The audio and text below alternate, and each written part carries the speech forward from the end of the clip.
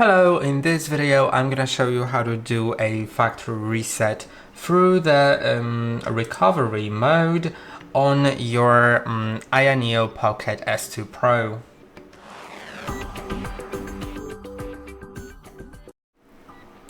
Okay, so you can see there is some sort of screen lock. Let's say we don't know it, we cannot unlock the device, and you want to reset it.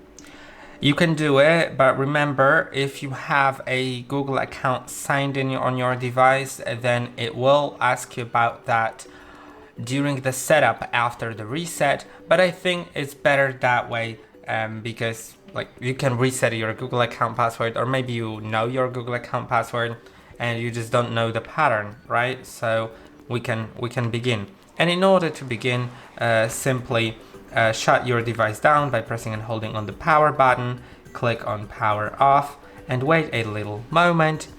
Now when the device vibrates, it's off, so you can start pressing and holding on volume up and the power button at the same time. And when Snapdragon appears on the screen, you can release the power button and keep pressing volume up until you see an Android with no command below it. Now, what you need to do is start pressing the power button, and while doing so, shortly press on volume up, like that. Power button, volume up, release. Now, you are in the Android recovery.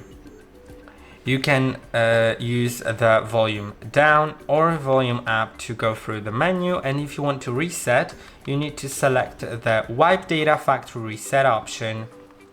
I'll show that closely. You can see Wipe Data Factory Reset, approve with a power button. Now go down to Factory Data Reset and approve with a power button. You can see now it is formatting data.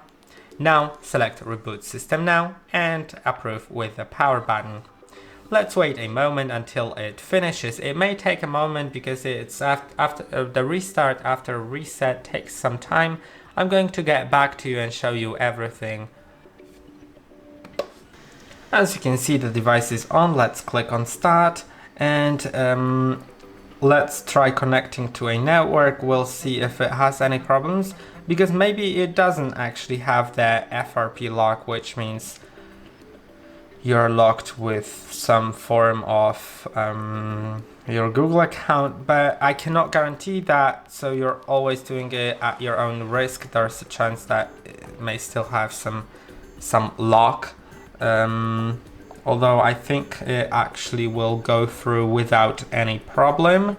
I can set a new pin or a screen lock that I won't forget this time.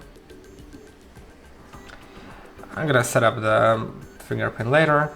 And I think we're through. Yeah, it works even without the Google account. That's great.